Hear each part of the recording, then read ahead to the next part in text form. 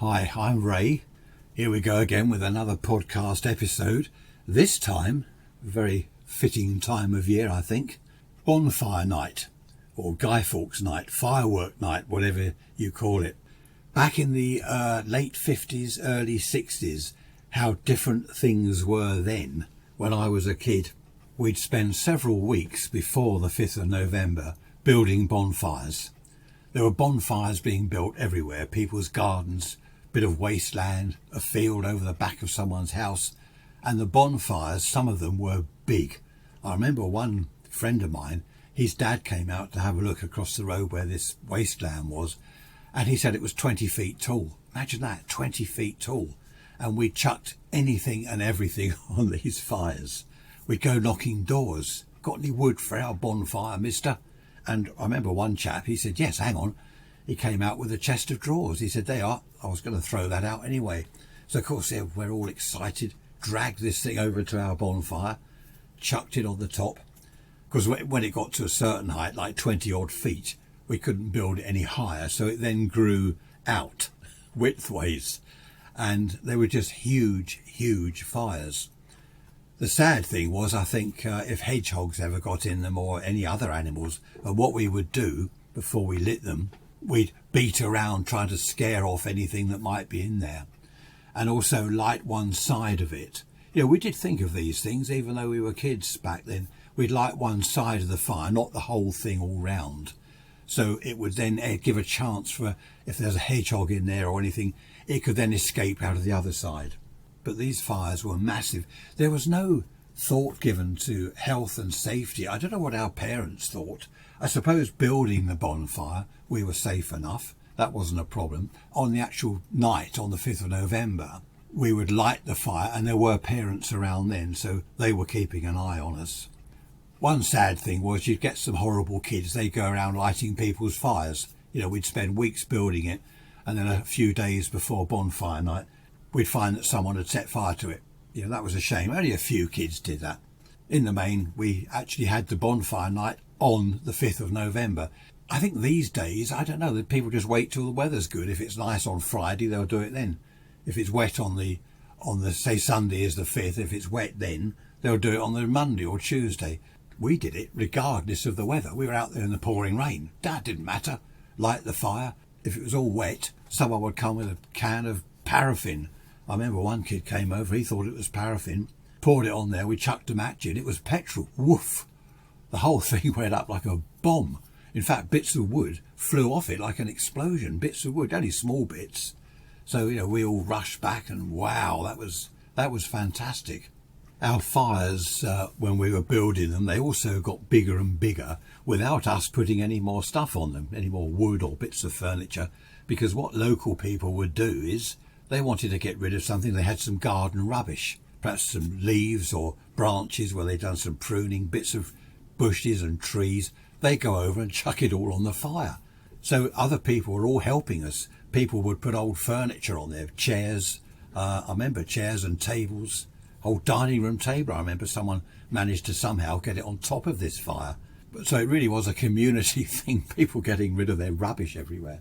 It was fantastic. What people didn't do was put old car tyres on, because that would just smoke and stink the place out. That would have spoilt it. We did have a sort of quick look round beforehand with our torches, because bear in mind it was dark by the time we lit the fires. Had a look round with our torches just in case anyone had put anything a bit smelly on there. And of course, we all made a guy. You know, you get an old shirt, an old pair of trousers, stuff it full of straw or hay or whatever you could get hold of, or just stuff it full of rags. Put arms on it, you know, get a jacket, put arms on it and a hat, make a head, and you'd have this guy, and we'd drag it over to the shops on a trolley, you know, on a homemade go-kart thing. Drag it over there, stand there, penny for the guy, and people would actually give us money, some of them. And of course, with the pennies we got, we just went straight into the sweet shop and bought penny bangers. And the guy would end up on top of the bonfire, if we could get up there, that was on the night. There used to be several guys that people had made, so we'd be throwing these things on the fire once it had got going, and all cheering. Of course, what some people did was they'd fill the guys with fireworks, with bangers and things, so they'd explode Happy days. A lot of us had bonfires in our back gardens. We always did. I'd go over, if there was a bit of wasteland somewhere, I'd go and have a look at that. But we mainly, those of us with decent sized gardens, we'd build fires in the garden. I remember in our street there were fires in just about every garden you could see. We looked down from our back garden, everyone's got a bonfire, and there are rockets going off and Roman candles and bangers, Catherine wheels, jumping jack flash, and they weren't jumping jack flash, what were they called? Jumping jacks. Amazing stuff. And again, no real health and safety. Rockets were put into milk bottles. I remember that. You stand a milk bottle, a glass milk bottle, on the ground, poke the rocket stick in it and set fire to it.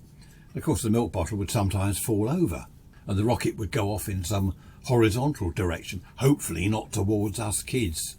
Anyone could buy fireworks. I remember going over the sweet shop when I was, 8, 9, 10 years old, going over there with my pocket money, perhaps have a shilling and say, right, I want 12 penny bangers, please.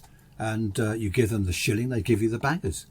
12 1-penny bangers, and they were the best. There were twopenny bangers. They weren't so good. I don't know why. We started buying those. We thought they'd be better, but they weren't. These little penny bangers were brilliant. And what we do is light one and stick it down your handlebars. On your bike, the handlebars, there's an opening each end. Light it, stick it down there, then cycle along the street. Bang! Flames would fly out of the handlebars. All highly dangerous. I remember what some kids did. I didn't do it.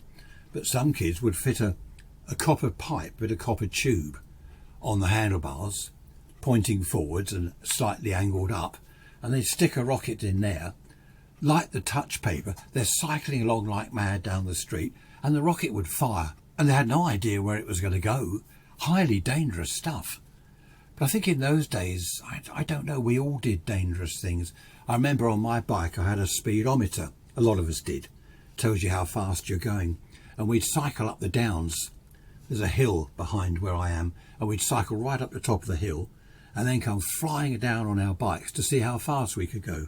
Now, I could never get the speed any more than 40 miles an hour, but that was fast enough. Imagine, no helmet, just in your jeans and t-shirt on a rickety old bike, 40 miles an hour. If we'd come off, well, it could have been fatal. We had our brakes, but they weren't much good, not at that speed. If a car had pulled out, or, well, if anything had happened, I don't know, it could have been fatal. But in those days, we did things like that. We just did things. We sit other kids on the handlebars and go down the hill at 40 miles an hour. And you've got some kid sitting on the handlebars, or clinging on the back, sitting on the back somehow, or on the crossbar. I don't remember anyone actually falling off. But anyway, back to fireworks. One thing we did which was highly, highly dangerous. Don't do this at home, whatever you do. Don't even think about it.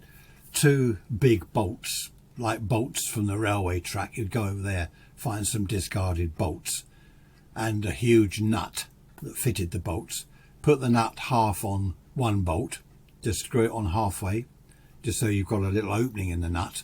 Fill that with red match heads, screw the other bolt into that, so effectively you're crushing the red match heads, okay? You had to tighten that very carefully because it could explode. And what you would do is, when you tightened it enough, well, you thought it was enough, highly dangerous, you then go out into the road, throw it up in the air, and as it came down, it would land on one of the bolt heads and the thing would blow up. And very often it would blow the bolts apart, strip the thread. It was that powerful. It would strip the thread on these huge bolts. Most things we did seem to be dangerous. We climbed trees. I don't remember falling out of a tree. I wasn't too good at heights, so I didn't go too high. But I remember other kids going right up the top of like a fir tree, a pine tree, and it's waving around at the top, and he's sort of, 30 feet up, is it? Maybe 40 feet up. Absolutely horrendously dangerous. Obviously there were accidents on Bonfire night. We didn't have any, fortunately. I think we were pretty careful with what we were doing, well, apart from making bombs. That was the other thing, take a load of penny bangers to bits, get all the gunpowder out, then make your own sort of very fat banger. That was never very successful. It would just flare and then fizzle out. But I think in the main we did try to be pretty safe. And as I said, on the night itself we would have parents around. I remember my mum chucking potatoes into the fire, into the embers at the edge of the fire, just chucking big potatoes into it, and they cook, and they tasted really, really nice. I can just taste that now, thinking back. They tasted really, really nice. They took a long time to cook, and of course the jackets on them were pretty well burnt, but that didn't matter. It was all part of bonfire night. Great fun. Fireworks going off, rockets whizzing around from neighbours' gardens, and we're out there. We got a drink of Tizer, perhaps. Do you remember Tizer? We'd have a bottle of Tizer. We'd all be drinking that. Hot potatoes from the fire. Great fun. Unlike these days where bonfire night seems to be spread over several weeks, it was only a couple of days before that you might hear the odd firework. And on the night itself, on the day itself, if it was a school day, cycling home from school, you'd look out, you might hear a rocket. It would be getting dark. You might see a flash somewhere. And of course then, until it was time to light the fire, we'd all be looking out of the windows, lights off, looking out of the windows, curtains open. There goes a rocket. Oh, look at that flash. There goes something. There's a banger. And the kids just loved it. I mean, I remember it vividly. It was fantastic. We all loved it. And of course, the next day after bonfire night was all over, the next day, all the kids in the street, they're out looking for rocket sticks. You know, the big sticks. Some of the rockets you could buy were very expensive, huge things. And we'd go around collecting these big sticks, see who could get the most and who could get the biggest. I remember sometimes you'd find a stick perhaps on a shed roof. The rocket might not have gone out as it had landed, not completely out, so it's burnt a hole in the roof felt on the shed. I'm surprised that more fires weren't started actually by rockets landing in various places. I think as kids, what we found exciting was the build-up to Guy Fawkes night. As well as the night itself, it was the build-up, the excitement, getting the bonfires ready, buying fireworks with our pocket money. I mean, our parents would buy a box of fireworks as well, but of course we'd spend our pocket money on fireworks, and if we had any left on the night, then we'd let those off as well. I think it was the build-up to the night, to November the 5th, that made it so exciting on the night. The same with Christmas. I think a week before Christmas Day, it started to build up, unlike these days where it's 3 months before Christmas Day. There's all the build up to it, the Christmas trees in shops, Christmas lights everywhere in September, which is ridiculous. Back in the early 60s, late 50s, the Christmas build up started really about a week before Christmas Day. So you had that week, and of course every day that's passing, kids are excited, they're looking forward to it. So by the time Christmas Day came, the excitement was just out of this world. Kids were just beside themselves with excitement. I'll be making a podcast episode about Christmas in the 50s and early 60s, so look out for that one. Anyway, that's enough about bonfire night. Enjoy your bonfire night, be safe, whatever you do, and look out for my next episode. Thanks for listening. Bye bye for now.